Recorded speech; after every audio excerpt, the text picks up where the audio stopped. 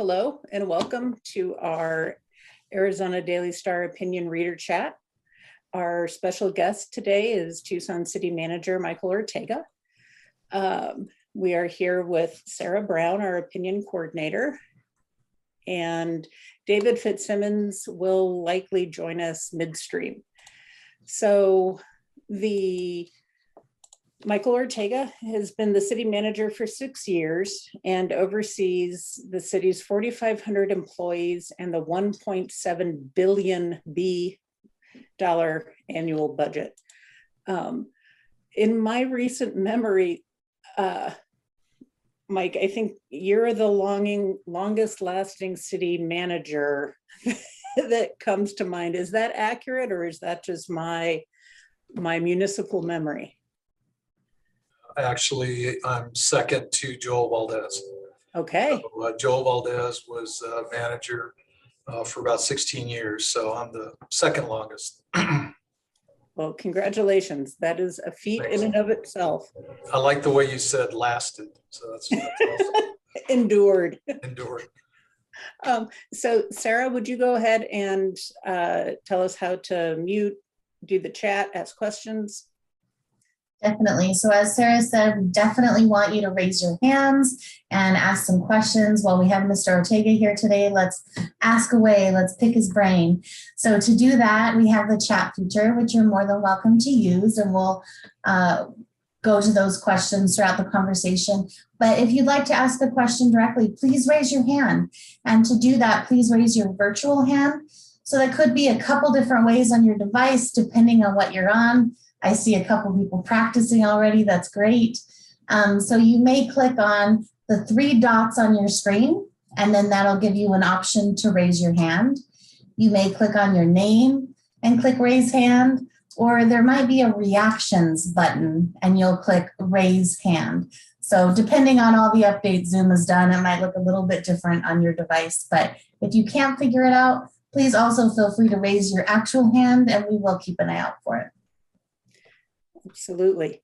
So we are, I know, Mike, you are super busy being the city manager. I know, does the work slow down in the summer months for you as a city manager, or is there never an off time?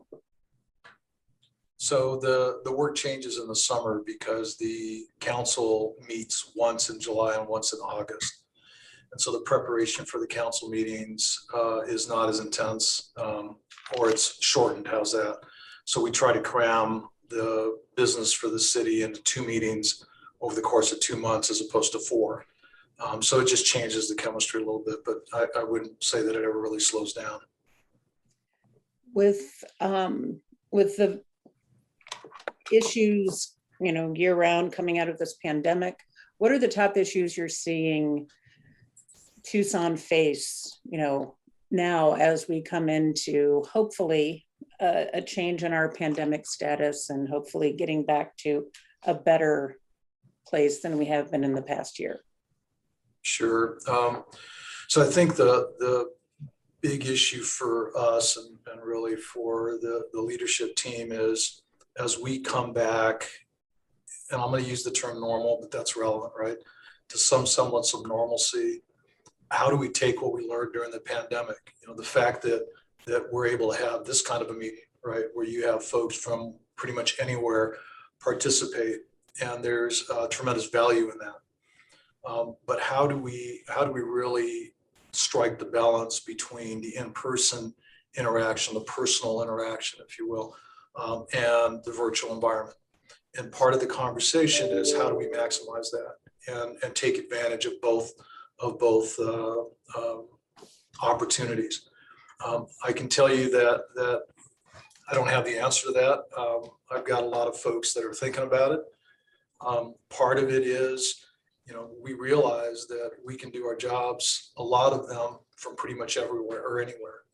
But yet there are some you can't, right? You can't be a police officer, you can't be a firefighter remotely or virtually. But an accountant and maybe someone who's doing traffic engineering analysis, they can do their jobs and their roles virtually and remotely. So how do we, as an organization, and quite frankly, think about it in terms of recruiting, not only folks that might want to work for the city of Tucson, but also, preparing and providing the infrastructure for the community to be successful in that same realm. So some of the pieces that involves is not only workspace, work environment, and how do we use it and craft what the future employee looks like.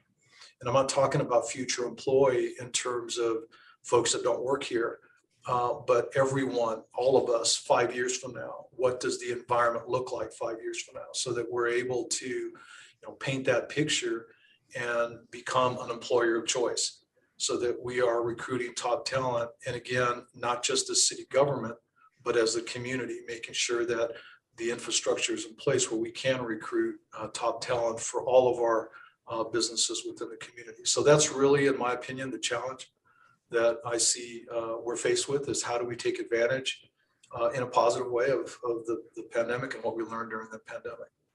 And you mentioned lessons from the pandemic. What are 2 lessons beyond the remote working that you've taken away from this time? Sure. So just to give you a little bit of background on it, when the pandemic was first rearing its ugly head, we sat around on a Monday and basically determined that we had to go to a virtual environment. And the challenge was, we're going to try this on Wednesday. That's 3 days, right? We're going to try this on Wednesday. We're going to dissect what we learned on Thursday, and by Friday, I'll make the call if we're going to go or not. And so we did exactly that. We implemented a virtual environment from Monday to Wednesday and said, you got to figure it out. And the lesson, the good lesson, is that all of the energy and effort we put forth to developing flexibility, developing innovation and creativity, and all the things that we've been talking about for over 5 years were put into place overnight. And the ability to do that for an organization of our size is really nothing short of amazing. And I'm very proud of the team. I think that everybody was a little nervous, including me, I don't mind telling you, when you're trying to embark on something that you've never tried before. And by the way, keep in mind, we had no virtual work environment before that. We had very, very few people that were doing anything virtually. As a matter of fact, probably on one hand. And to take in excess of 1,000 people, that or a drop of a hat. And then when you start to expand it over 2,000 people, started to do it in just a week's time. By the following Monday, everybody was able to, about 2,200, I believe was the number, went remote. I will tell you that that's a lesson that we've pushed hard to say, look, recognize that we did this by working together. There were no silos or departments, everybody working together, trying to figure out and help each other and provide each other with the environment to be successful. The downside is we realized and recognized that it was very stressful on employees to not have interaction with colleagues and to, in essence, not have a separation between work and home. When you work, and I don't mind telling you, I worked out of my dining room, don't have an office at home, worked out of a dining room for a year. And when someone comes in to get ice out of the ice maker, or grandkids running through the house and screaming, and there's a level of stress that initially it's okay, that's just part of working remotely. But after a while, it becomes stressful because you're worried about, losing your train of thought. And plus, when your machine's always on and it's in the next room and you hear, ping you, if you will, you're wanting to go over it. So there's no downtime. And so that was a real challenge that we hadn't anticipated. We didn't expect. And though that level of stress multiplied times, the folks that we had working remotely really became an issue for us in terms of the conversation. So part of going forward in those lessons learned is that balance, is making sure that the work-life balance is maintained, but also that we have an opportunity for us to have productive work, if you will, but also giving people that downtime. That's really important. Yeah, yeah, I understand what you're saying with your office computer is always there. Brian, why don't you kick us off with the questions? I'll go ahead and echo what June put up in the chat, is how are we protected against ransomware in Tucson here? I have not heard anything bad coming out about Tucson, but I imagine we're being attacked all the time. So I wish you would have said you've never heard anything bad, because now with my luck, right, this afternoon. But thanks, Brian. That's a great question, and one that does keep us paying attention. We get hit with attacks on a very, very regular basis. Matter of fact, probably by the minute, if not by the second. We've got a team that works really hard to keep us safe, keep our data safe, constantly evolving. I don't mind telling you that really looking at beefing that effort up in the coming year as a part of the budget. We again have a lot of confidence in them, but there's always that extra step that you can take. And so I'm very proud of our IT folks. You know, they do keep us safe. And by the way, the virtual environment wouldn't have been possible without them. I mean, they really stepped up in a way that, you know, they're the unsung heroes, if you will, that made all this stuff happen, right? And I can tell you that when I talked about that Monday, the Thursday before, I had a conversation with our IT director, and he was demonstrating for me this new thing called Teams. And he said, "Oh, you're going to love it. This is awesome. It's great, blah, blah, blah." You know, and I sort of paid attention, but then all of a sudden the following Monday, it became my life. Yes. But the cyber attacks are very real, and we've been very fortunate to have a great team. And I'm really pleased that we've been able to withstand so far the attacks, and we're gonna bolster that and shore that up here in the near term. Excellent. Yeah, it's part of that too, is the evolution and getting a budget enough to be able to use the latest and best tools to prevent that kind of thing. And good luck to you on getting the budget for that. Yeah. We have a question here from Peggy saying, to put it in context, could you please explain your relationship to the council and mayor? Sure, and I probably should have said that early on. Thank you for asking that. I didn't think of that, to be honest with you. This is my world, so I just assume everybody understands it, right?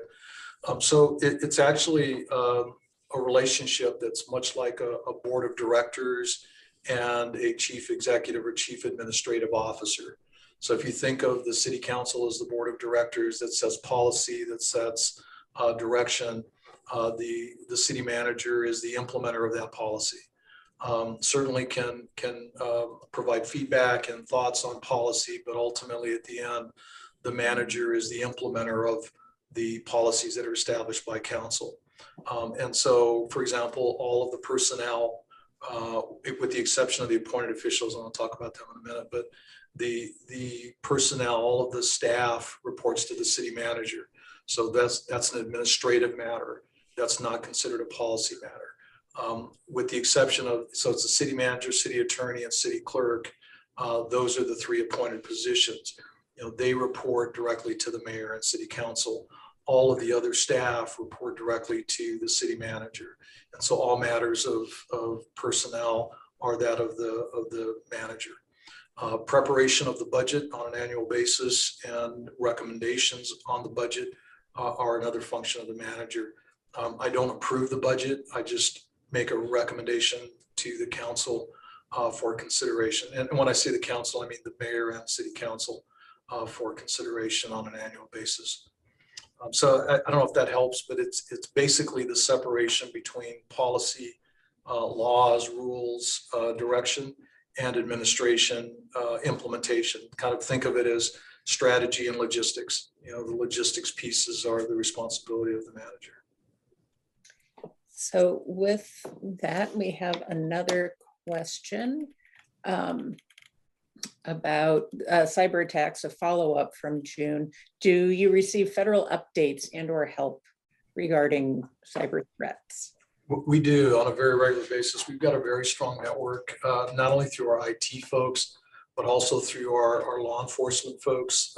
When they hear about cyber attacks, they get that information in real time, both to react to or prepare ourselves for.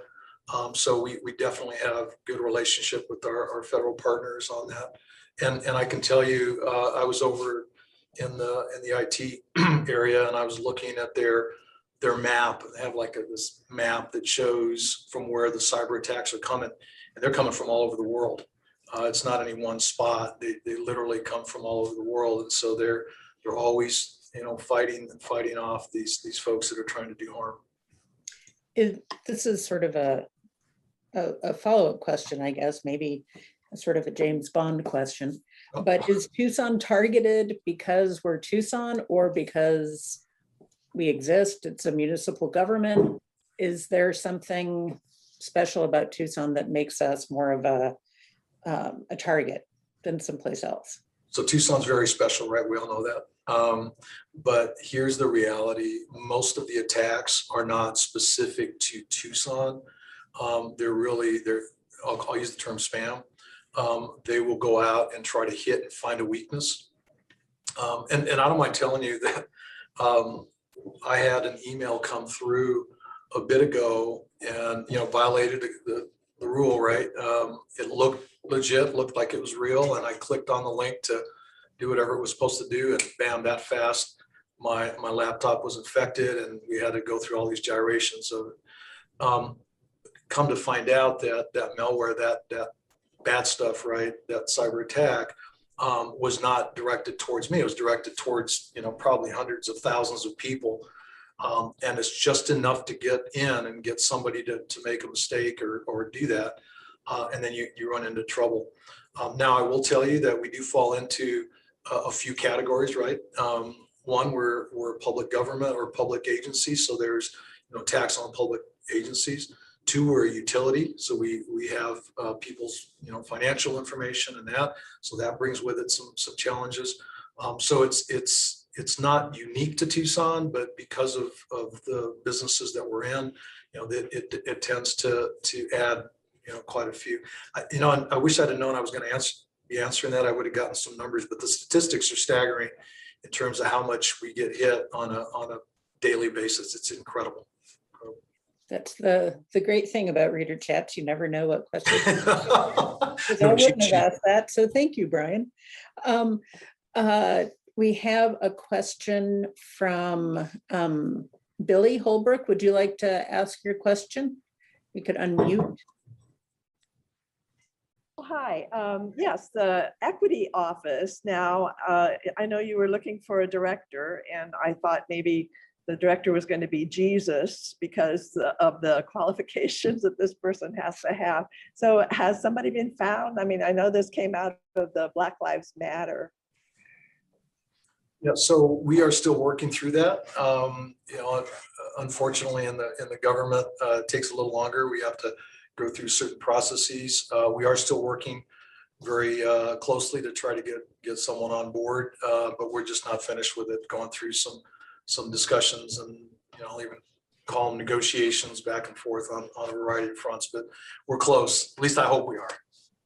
And when you say negotiations, do you mean with a potential candidate, or with I don't know, mayor and council? No, candidates with some folks. Yeah, talking to some folks. And this is a question that has come up. Thank you, Billy, for asking about that. It's a question that's come up a lot in our guest opinions and our letters, which is, what the heck is an equity office, and how is it different from the other offices within the city government that address issues of diversity, equity, equality, those sort of things? Sure, and that's a great question, and that's a fair question. I think if you can, you know, kind of dissect the two, the office of we'll call it internal equity, right, which is our equal opportunity folks. They really look at internal complaints, internal issues, making sure that the demographics of our organization reflect the community. So it's much more internal focused in terms of hiring practices and the demographics of our workforce. The equity office is that and more. And really the conversation is one of looking at how investments are made, both internally in terms of the dollars that are expended, departments, those kinds of things, but also externally. Are the neighborhoods of color, are the neighborhoods that have traditionally not received investment getting the investment that they need to do what needs to happen, whether it's roads, sidewalks, those kinds of things. But it's really a mindset. It's really looking at the entirety of how our budget is structured and the investments around that, as well as having conversation about, we'll call it recruitment strategies to make sure that our demographics within the organization, again, reflect that of the community. So they seem similar and there's overlap, but the focus is different, internal versus external. And when you talk about investment in a neighborhood or an area, you're basically mean the city spending money on projects, streetlights, sidewalks, that sort of thing. Is that what you're talking about? That's correct. So it's really a dissection of how the investment is crafted, if you will, from the very beginning. Does it have an equity lens, and how does that work? And it's not just a matter of you flip a switch. It's truly looking at the way that the entirety of the conversation occurs and where it occurs. Does it occur in my recommendation or my recommended budget all the way up to the implementation of, right? So that when you have a pot of money for street repair, how is that put out there in the community, and what are the metrics for that? What's the conversation around that? And so what the expectation is that this office will assist us and help us, if you will, in providing that level of understanding or that level of detail. So it's a deliberate conversation versus here's the budget that's done, we've spent this much money, and let's put a report together as to what that looks like, how we did. It's more of looking into the future. And it's more than every neighborhood across the city got the same amount of money. It's more detailed and nuanced than that. Is the kind of decision that you're an example, and I may be totally wrong, but the expansion and improvements to Reed Park Zoo, since that was something that neighborhoods really got involved with, it was different communities felt left out of the process. Is that an example of something that the equity office would have taken a look at the beginning? And again, please tell me if I'm totally wrong. I'm not sure that was the issue there, but keep in mind that the conversation for the equity office is to help guide and provide framework for how community conversations happen. And are we able to reach all populations within the community so they can provide feedback? That's the conversation that when you think of it simplistically, it's the starting point for those types of discussions, right?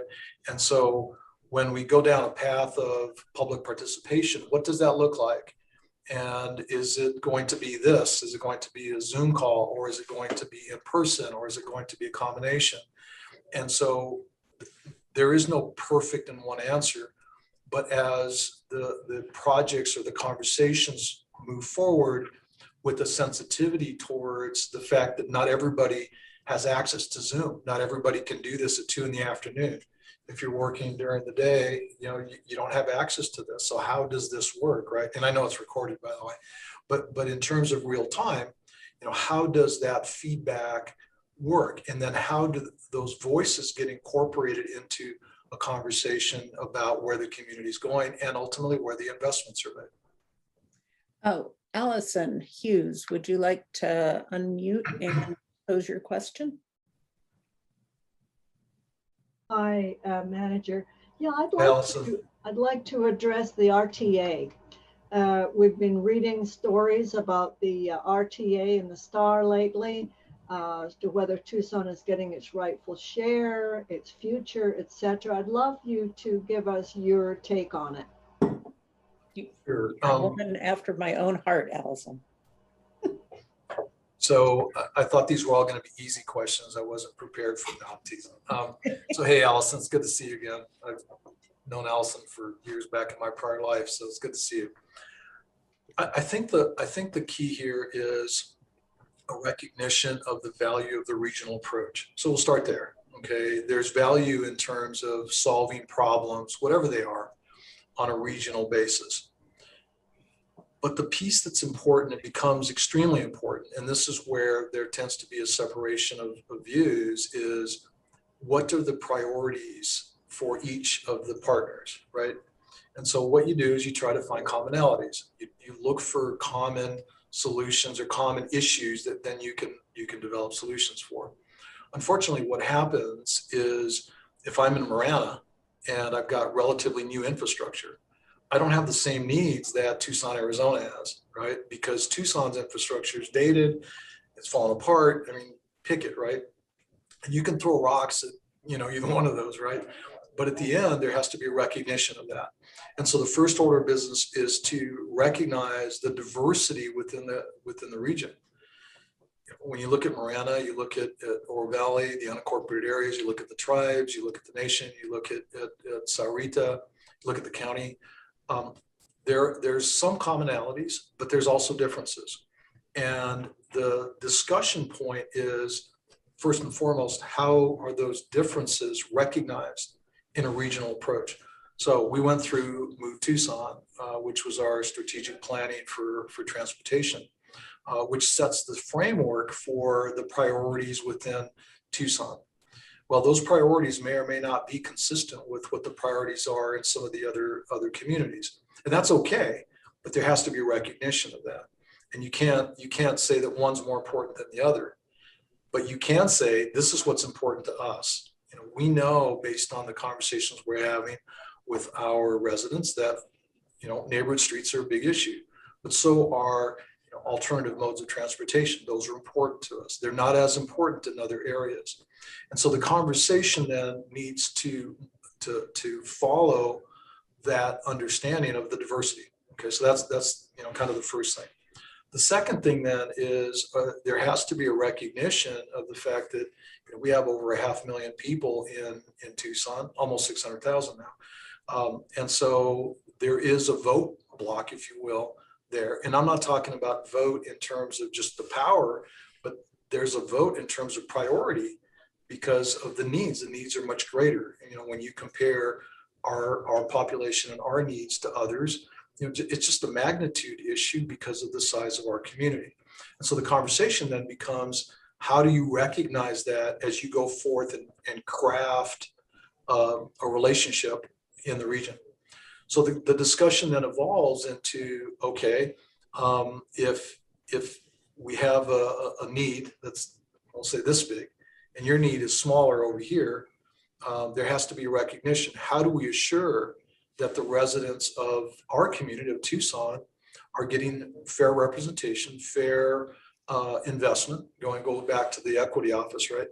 How do we assure ourselves that, and assure you as voters, that the investment within Tucson is in fact the we'll call it appropriate share or the fair share. And that's really a challenge, right? Because again, the argument is, yeah, but we all spend our tax dollars in Tucson. Well, you don't all do it, but yeah, I mean, that's a good point, right? I'm not disagreeing, but there's also a very serious need within Tucson because of the age of our infrastructure. And, I've said publicly, there's no way that I would see our voters even entertaining a conversation about only corridor improvements without some mention of residential roads. The residential roads need to be addressed somehow. Now, what's the magnitude of that, and what's the chemistry between arterials and neighborhood streets? I don't know exactly, but that's a discussion that needs to happen. And I believe that Tucson is ready and has been having those discussions. And I think that's really the bigger conversation.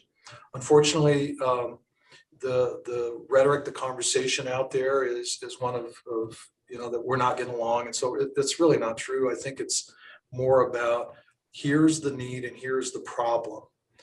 Our needs are a little different than other communities. And I think ultimately the conversation needs to be where everybody sits around the table and says, okay, you know, we understand your needs and you understand your needs, but how do we work together again on a regional basis? Isn't that what the whole RTA, the Regional Transportation Authority, their board is supposed to do? So I think that is the intent. Now, keep in mind, we're talking about different things here. So there's one is the current RTA projects or the current effort, right? So we have the original RTA that was approved by the voters in 2006, and now there's conversation about RTA Next, I think is what it's being called, right? Okay, so the conversation is not just about the existing and making sure that there is delivery of the projects that were promised the voters, but it's also a conversation about what the chemistry of the future looks like. You know, what does that future conversation look like? And what is the makeup of the ask of the voter? What is the makeup of the representation of the citizens group? What is the makeup of that future board or that future conversation? So, you know, keep in mind, and when I talked about it holistically, but there's really two pieces to this. One is the existing effort to complete what's already been approved by the voter. And the second is organizing ourselves as a community for an ask of the voter that we'd like them to think about. Do you foresee a situation, and I'm referring to the ask that's underway now, the RTA Next. Is there a scenario where Tucson just says we're not going to be part of this and we're not going to be part of the RTA? I don't know that I wouldn't say that's the goal. I don't think that at all. I think that the Mayor Romero and the city council members have time and time again said, you know, they're interested in a regional partnership. The key piece to that is a recognition of what I just outlined for you. And I'm going to use the term unique. We're all unique, right? But the fact that Tucson's needs are Tucson's needs, and they may not be shared in terms of the priority by other areas and other municipalities, other partners in the region. And the conversation is really, how do we structure it in a way that we all are able to sit around the table and say, yeah, this is great for the region. But clearly when you drive through, and I'll even say my neighborhood streets, and they need attention. And how do we convey that to a voter that is scratching their head saying, okay, what's all this stuff about regional when the street in front of my house is falling apart? And I think that for starters, it will have to have that discussion and make sure that there's clarity there by all of the partners. And when we, Sarah and I and some of the editorial board members, we met with the RTA folks, Farhad Mogimi and Mayor Tom Murphy and Shore, not that long ago over Zoom, because we're all in Zoom. And they were saying that Tucson has not responded to requests for here's a list of projects that we want to be considered. Is that accurate? Has Tucson not provided that, and why not? Sure, yeah. So again, we've been going down this path of establishing the list based on Move Tucson. So remember, there's parallel things happening here, right? So RTA is working on RTA Next, okay? And what we've suggested and cautioned them on multiple times is we need to make sure that we understand what the voters and what the residents of Tucson see as their priorities. And that effort was really, or is, Move Tucson. Now, keep in mind that it was slowed down as most things were during the pandemic because of the ability or inability to meet with folks and gather folks. But we went through that process. The second piece of it, though, is, and I think this is where there's a little bit of a rub, is that the city of Tucson wants the mayor and city council to weigh in on the Tucson priorities before it goes to to the RTA or the citizens group, because quite frankly, they and I believe this as well, that the city council, the mayor and city council have an understanding of the needs of Tucson. And so that priority, if you will, that list is what will be presented to the RTA. Now, that list comes from Move Tucson. So it's going through that process, which is quite lengthy, establishing what the priorities were in terms of feedback from the public in Tucson, and then translating that for the council into saying, okay, this is what we're hearing from the community. Now we need to prepare a list of priorities, if you will, for the region, for the Tucson community, for a presentation to the region. So sorry to be long-winded. I'm just trying to, there's a lot of moving pieces. And this will be my last RTA question, if in case others may have RTA questions. And Kathy, I'll ask you to chime in next. It seems to me that it's the representation, Tucson gets one vote, Marana gets one vote, Valley gets one vote, that's an issue. And is that something that the city is that a prerequisite for coming to the table, changing that structure, and which would require change in state law, I think. But the other question is, it seems from what I've been reading and hearing that one of the priorities the priority I think is a Tucsonan is, roads, residential roads. Are you anticipating that that's going to be a problem with the RTA board, that wouldn't be included in the plan? And if so, what is the basis for that concern? Sure, good question. So I can't speak for the board. I don't know what they'll do or not do. I know that early on there was concern about my statement regarding the need for maintenance of residential roads from some of our regional partners. Because keep in mind that, again, it goes back to the infrastructure. Our infrastructure is much older and deteriorating more so than other area agencies or other area municipalities. And so there was almost immediate pushback on that when I brought that up. And the whole thought was, well, time out here. Let's not get bogged down on that, because again, our needs are different than yours. And I'm good with that. You have different needs, but where it really becomes challenging is because we have so many corridors that cross jurisdictions. If you spend dollars, you certainly don't want a wide road, if you will, that is on one side of the jurisdictional line, narrow down into a road that's not at capacity, or that's beyond capacity. So those are the kinds of issues that then all of a sudden surface.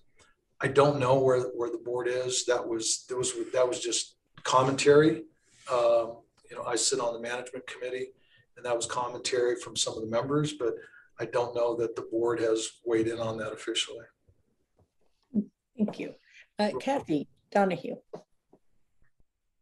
No? Okay. Okay. We have Sarah Brown. You have a question. I just had one more question about the RTA. I think we're all hoping that ultimately these conversations will start, between the RTA and the city, and they'll be, they'll come to an understanding. But what would happen to Tucson if, let's say, we can't get to an agreement and we no longer are a part of the RTA? Obviously, it may not have been fair what we were being given as far as money to fix roads, but we were still getting some.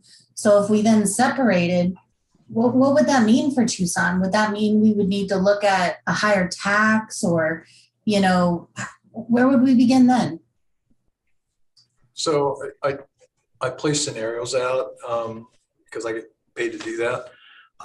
But quite frankly, the conversation is really, how do we make it successful given all that we have?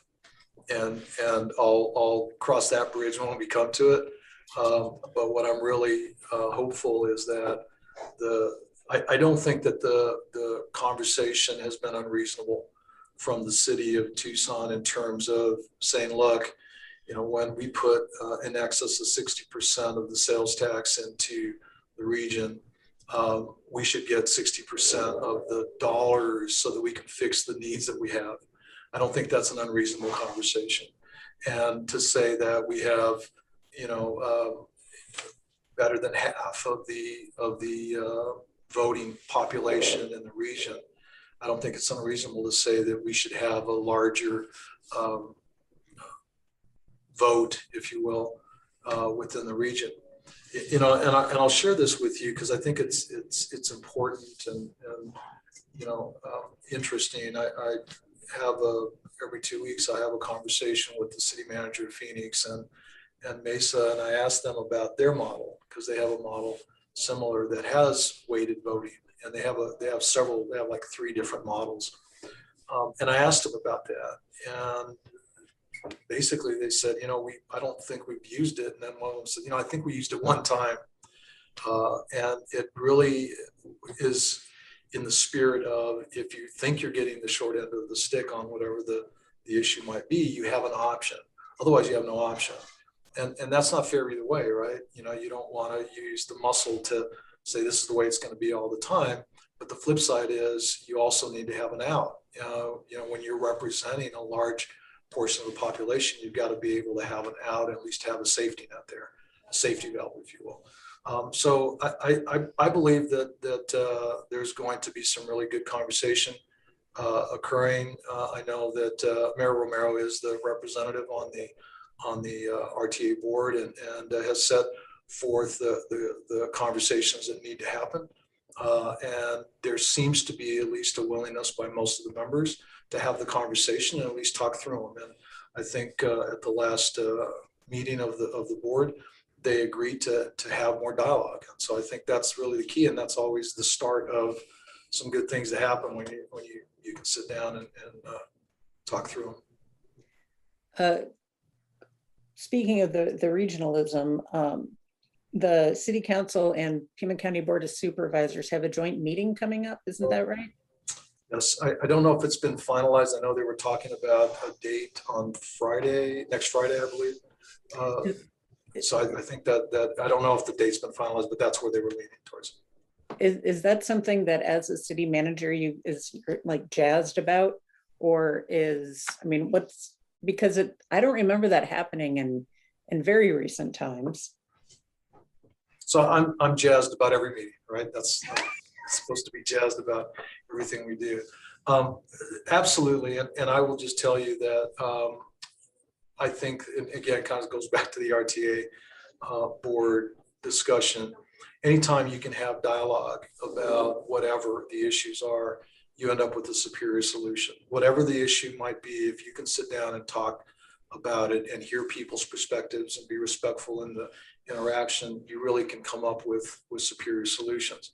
I'm really pleased that the city council, the mayor and the city council and the board of supervisors have been able to do that, because again, it shows unity. You can disagree on issues, you can disagree on pieces of it, but it shows the importance of us all working together and doing it in a way that is best for the region, best for the residents of the region. It should not be a competitive, conversation. It should not be one where one throws a rock and the other throws a bigger rock, and it kind of keeps going back and forth. And I think that when I see the movement towards that, to me, that's leadership, and it really is a demonstration of leadership at its finest in terms of saying, look, we need to sit down and talk about this. And it's a logistics nightmare to do all this, by the way, because you've got to make sure you have recordings and where is it held and how is it held, and is it virtual or is it there's a lot of pieces. But I think the value is by far outweighs some of those challenges. And ultimately, I know that Mayor Romero has reached out to her counterparts at the board and had dialogue about a variety of things offline, and I'm hoping and encouraging that will continue. So let's go to Laura Walton. If you'd like to unmute and ask your question, then I'll go to Brian Gross. Hi, I was just curious, in your view, what you see as Tucson's #1 strength. What can we really build on? And our greatest weakness, what do we have to overcome? Thanks. Sure, Laura, thanks. So I'm from Douglas. I don't know if you knew that or not, but I was born and raised in Douglas, and Tucson was the big city. We used to come up here frequently. And when I came up here to go to the university and stayed, my wife and I stayed. We raised our family here. I won't bore you with all the background, but so my family has been in Arizona since before statehood. We're actually considered a pioneer family. And one of the things that I've observed about Tucson as a tremendous strength is the people and the openness, the friendliness, the ability to band around an issue, a problem, and solve it. During the pandemic, just absolutely incredible. The complaints we got during the pandemic were there's too many people out walking around in the neighborhoods, right? And I'm like, really, that's a complaint? It's like, time out here, folks. Maybe we should think about how to encourage that and how to build off of that. But I've also seen when the chips are down, the strength and the fiber of the Tucson community. And so, Laura, I think that the biggest strength that we have is the people and the friendliness that we have in solving problems. Now, having said that, I also think that we have a fair amount of baggage. The fact that we oftentimes don't come together on certain issues. We tend to draw a line and say, no, I'm not going to. Now, that might sound, it's like, how can you say that we're really friendly people and say that we don't get along on certain things? And I will tell you, and I've shared this with others, when I had decided to apply for this job and go through the interviews and so forth, I did a lot of research and I talked to a lot of folks, and some of the folks that I talked to were in Phoenix because I used to work for ADOT, so I had contacts up there, and I reached out to them and said, hey, I'm thinking about applying for Tucson, the manager, and what do you think? And it was amazing. This one gentleman who's been around for a long time said, we love Tucson up here. And I'm like, well, that's odd. I always thought that you guys hated Tucson. I said, no, we love Tucson because if there's a proposal that comes up here from Tucson, we know that others are going to fight it. And so there's not that unified front on some of those issues because we tend to draw lines. And so I think that the challenges that we have in finding commonality is really the biggest challenge, Laura. I think when the issues are hot, if you will, the issues are meaty, rather than sitting around and talking through it and trying to come up with solutions, we tend not to do that as readily as we probably could or should. Thank you. Brian, who's about to be eaten by a giant Gila monster. Yeah, I noticed that. Nice job, Brian. That's my dog Spot. He comes up to the kitchen door every once in a while. The question I have is, this is not an easy question either, I'm afraid, is about the proposed water rate hikes for the unincorporated areas of the county. And the Tim Steller went through and looked at a bunch of the various different arguments for, and I'm not seeing a really clear, good reason for this. And can you elaborate on what you think is the actual real need for that proposal?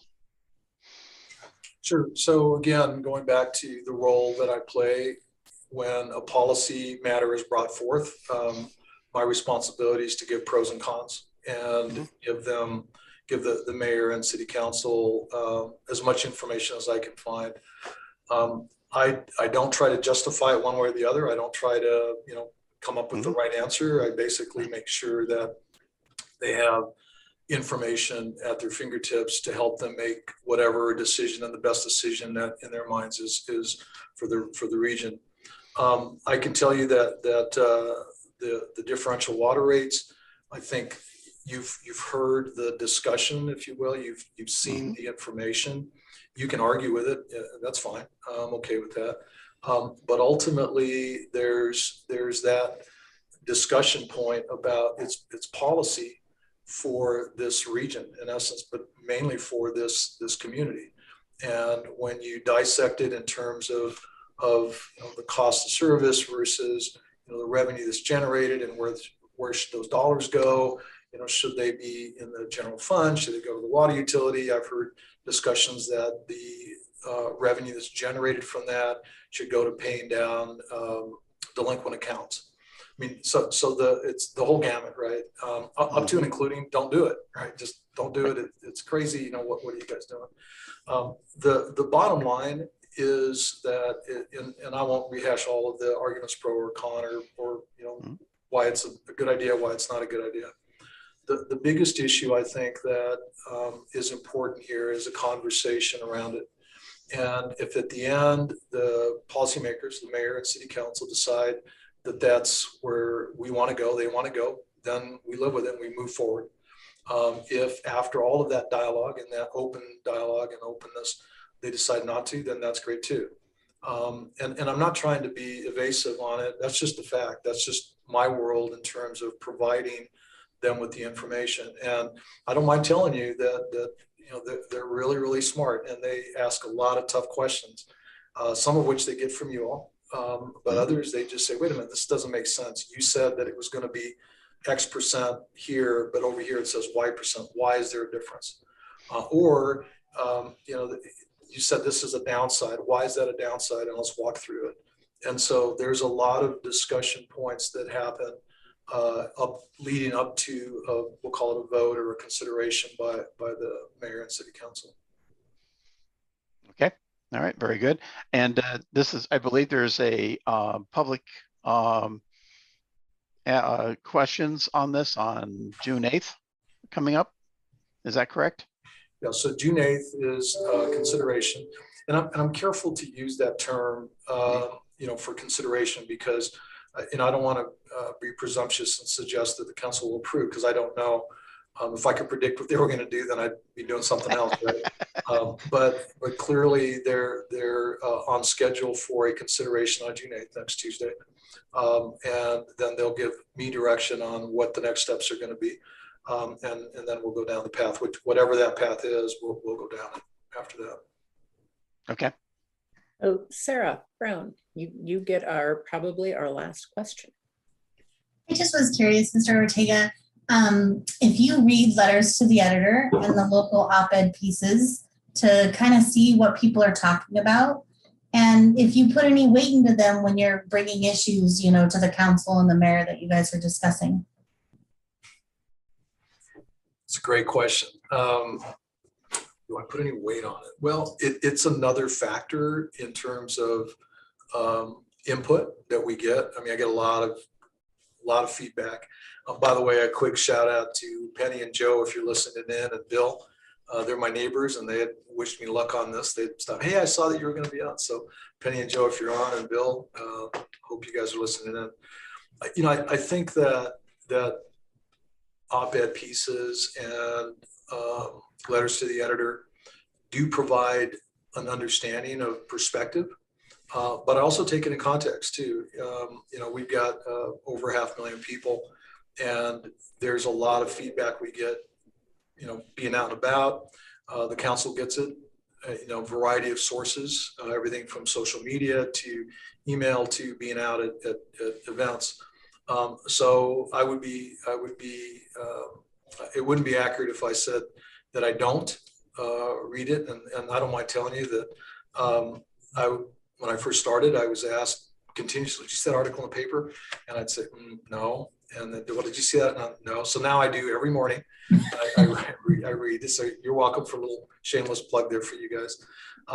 But it is an important piece of the puzzle in terms of feedback that I get, but also the council gets as well. So, and I appreciate it.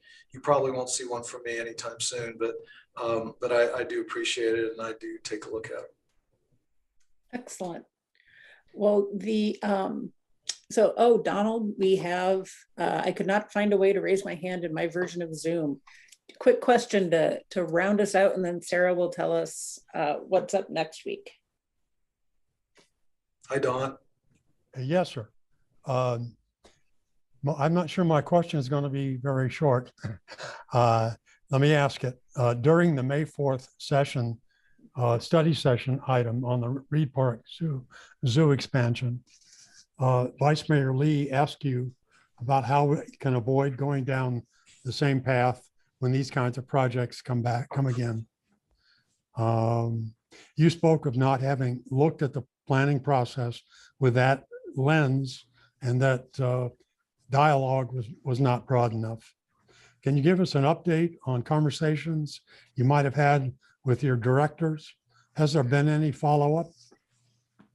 Yeah, that's a great question. And it's actually a pretty short answer. The short answer is yes. There's been conversation and there's been dialogue about it. And by the way, you know, if it sounded like I was finding fault in the process that was there, I really wasn't. It's always easy when you're finished with the process to look back and say, maybe we should have done it this other way. Because there was no ill intent there, you know, either from the folks that were doing the design and the public outreach and for the zoo and so forth. And, you know, people can argue that, and that's fine, argue away. But, you know, when I look at it, it's like, okay, why is it that folks are coming, you know, out today and saying, hey, I didn't know about it? And so then I say, okay, what process did we follow? Let's talk through that and make sure that we have this dialogue in a very open manner, et cetera, et cetera. What we found is that part of it is the method by which we reach out. And, you know, it's a different day. It's a different chemistry today and how the people get information, how that information is translated. And so part of the conversation that we're having internally is to make sure that we are current. We are current in the way that we communicate with folks, and we're staying in front of that, not behind it. And I think the context of that is really to make sure that we're having those discussions now on what that chemistry of getting the word out looks like. And so, you know, we can argue that, you know, well, you know, we should have done that. Well, okay, that's fine. But again, hindsight's always 20/20, right? It's always easy. But I can also tell you that there will be even more robust discussions about those kinds of issues, those kinds of projects going forward. And I will also assure you that no matter how much we try and how much we do, there'll still be folks that didn't get the word, that didn't hear about it, didn't know about it, you know, and they'll be jumping up and down. And so what we do is try to minimize that miss, if you will. But I can tell you it's a never-ending challenge for us. I hear you on that, having written countless stories about various projects coming up, and then people at the very last minute saying, we never heard about this. I'm like, I have spent so much time, but that's just me. So Sarah Brown, why don't you tell us about what's coming up next week? So we thank you so much for being here with us today and taking time out of your really busy schedule. We appreciate it. And not that today wasn't exciting, but next week we're doing something really lighthearted and fun, because I think we all need it.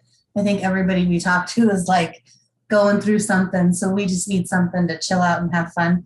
So we are doing a pet show and tell next week. So we've had human guests all this time for the last year that we've been doing these. So yeah, Brian, you can bring the Gila monster. So we just thought it'd be fun, something fun and lighthearted. Show us your pets, tell us their story. And then we've also invited a few of the local shelters that are totally overwhelmed right now. And they have kittens just coming out their ears and puppies. And so they might show a couple to pull on your heartstrings and see if maybe you want to adopt them. So we look forward to something fun like that. Yeah, it'll be fun. So thank you. So Brian, now you're about to be eaten by is that a bobcat? Okay. I feel like you're in danger at your home by large. You must live in an atomic area. So thank you so much, Mike, for Mr. Ortega for joining us, and everyone for tuning in, and we will see you next week.